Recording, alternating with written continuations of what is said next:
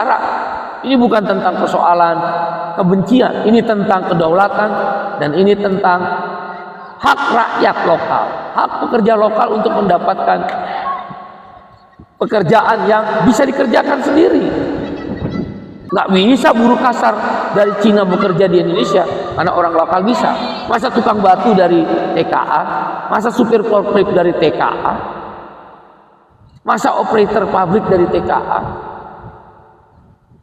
Bahkan ada di Pulau Gadung sempat dijumpai tukang masaknya juga dari TKA.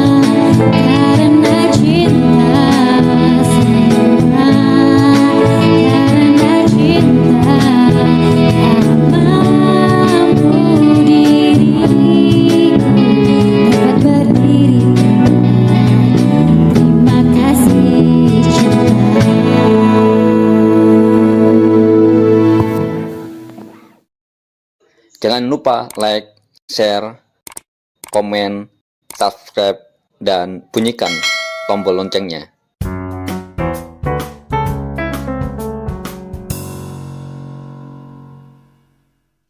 Assalamualaikum warahmatullahi wabarakatuh. Shalom, Om Swastiastu, Nama Budaya, salam kebajikan. Semoga kita selalu dalam keadaan sehat walafiat, sesuai doa dan salam agama kita masing-masing. Sahabat seperjuangan di seluruh penjuru negeri, di seluruh pelosok tanah air, di ujung-ujung pelosok Indonesia yang kita cintai. Saya ditanya oleh seorang sahabat, Bung Iqbal, kenapa sekarang tenaga kerja asing, khususnya tenaga kerja dari Cina, yaitu buruh kasar, yaitu pekerja unskilled workers, banyak bekerja di sektor-sektor yang sebenarnya bisa dikerjakan oleh pekerja lokal. Pertanyaan itu juga banyak yang dilaporkan oleh beberapa serikat buruh ke kantor Partai Buruh melalui Posko Orange maupun ke KSPI dan serikat buruh lain. Saya menjelaskan, pada prinsipnya banyaknya maraknya tenaga kerja asing, buruh kasar khususnya dari Cina bekerja di Indonesia akibat Omnibus Law Undang-Undang Cipta Kerja. Di dalam Omnibus Law Undang-Undang Cipta Kerja merubah peraturan tentang tenaga kerja asing yang ada di Undang-Undang Nomor 13 Tahun 2003 yang sebelumnya berlaku. Di Undang-Undang Nomor 13 Tahun 2003, tenaga kerja asing sebelum bekerja di Indonesia maka wajib membuat surat izin yang kita kenal dengan KITAS, KITAS, dan IMTAK, IMTAK. Sebelum ada KITAS dan IMTAK, TKA nggak boleh langsung bekerja di Indonesia di semua sektor. Di Undang-Undang Nomor 13 yang lama pun diatur bahwa harus bisa berbahasa Indonesia yang diturunkan di Peraturan Menteri Nomor 16. Jadi kalau dia tidak bisa berbahasa Indonesia, tidak boleh bekerja di Indonesia. Seperti TKI, tenaga kerja Indonesia yang bekerja di Arab Saudi belajar bahasa Arab, yang bekerja di negara-negara lain belajar bahasa Inggris, menyesuaikan dengan bahasa dan budaya di mana tempat bekerja. Tapi di Indonesia dengan Omnibus Law tidak perlu belajar bahasa Indonesia, tidak perlu menguasai dan memahami kultur budaya orang Indonesia, sehingga apa yang terjadi? Sering konflik, bahkan bunuh-membunuh di Morowali Utara, di Konawe, di Pandeglang, di Papua, di Kalimantan. Konflik horizontal terjadi akibat salah paham terhadap budaya dan bahasa. Seharusnya bahasa Indonesia dan memahami budaya Indonesia wajib dipelajari oleh TK yang akan bekerja di Indonesia. Tapi karena dia buruh kasar, ya dia nggak mau peduli, dan diperparah dengan Omnibus Law Undang-Undang Cipta Kerja itu, dia langsung bisa bekerja. Siapa yang tahu TKA yang bekerja itu, khususnya TKA Cina, adalah yang skill workers atau buruh yang berketerampilan atau buruh kasar? Nggak ada yang tahu. Orang kerja dulu baru ngurus izin. Kalau Undang-Undang 13 ngurus izin dulu baru ketahuan kan dia nih skill workers atau unskilled workers, buruh kasar atau buruh keterampilan. Jadi terdeteksi dari awal. Kalau di Undang-Undang Nomor 13 2003 nggak bisa buruh kasar dari Cina bekerja di Indonesia karena orang lokal bisa. Masa tukang batu dari TKA, masa supir forklift dari TKA, masa operator pabrik dari TKA. Bahkan ada di Pulau Gadung sempat dijumpai tukang masaknya juga dari TKA. The land of wealth, kedaulatan adalah tanah. Mereka adalah orang-orang yang bisa saja, orang-orang yang terlatih dari negaranya menjadi mata-mata. Seperti yang ditemui di proyek kereta cepat Halim, ada 2 orang Cina, buruh kasar Cina yang diindikasikan sebagai bagian dari tentara merah yang ada di Cina. Itu satu kasus. Ini bukan tentang SARA, ini bukan tentang persoalan kebencian, ini tentang kedaulatan, dan ini tentang hak rakyat lokal, hak pekerja lokal untuk mendapatkan pekerjaan yang bisa dikerjakan sendiri. Buat apa bernegara? Buat apa ekonomi tumbuh kalau lapangan pekerjaan direbut oleh orang-orang asing, khususnya yang unskilled workers atau buruh kasar, terkhusus lagi dari Cina.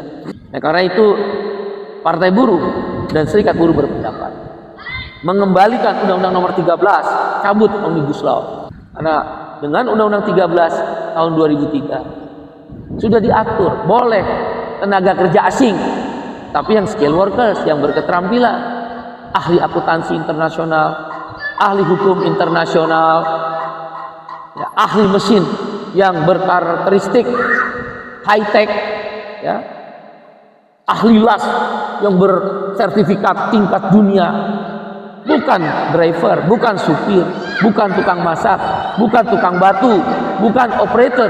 Mereka kita harapkan bisa masuk bekerja di Indonesia, tapi yang unskilled worker, buruh kasar, tidak boleh bekerja di Indonesia. Karena orang lokal, orang Indonesia, tenaga kerja Indonesia masih banyak yang belum bekerja. Di dalam Undang-Undang Nomor 13 2003 ada 2 hal yang wajib dilakukan untuk TKA dan perusahaan yang mempekerjakan TKA. Satu, transfer of job. Jadi setelah misal 5 tahun atau waktu tertentu TKA pulang ke negerinya seperti Jepang, Eropa, Amerika, dan itu sudah terjadi dari tahun 70 dengan adanya Undang-Undang PMA, penanaman modal asing. Setelah mereka pulang bekerja 5 tahun, maka transfer of job, orang Indonesia yang mengisi. Yang kedua adalah transfer of knowledge.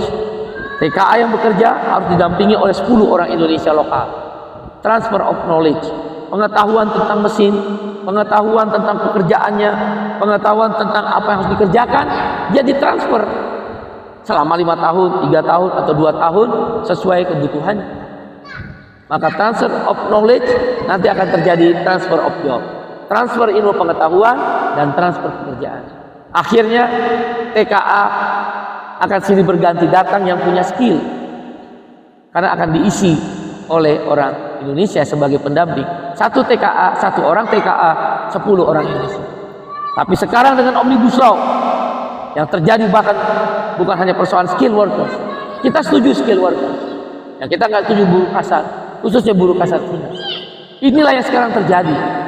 Lapangan pekerjaan orang lokal di Pandeglang, di Kalimantan, di Papua, di Morowali, di Batam, bahkan di Pulau Gadung dirampas buruh kasar pekerjaannya oleh orang-orang TKA, khususnya buruh kasar.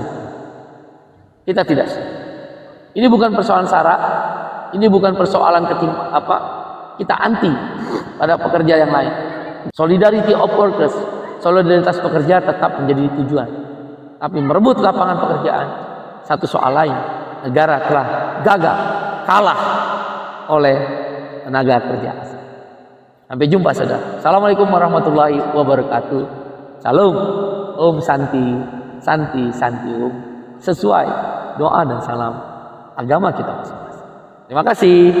Ya warna oranye partai buruh, warna oranye partai buruh, partainya kelas pekerja, partainya kelas pekerja, partai buruh nomor 6.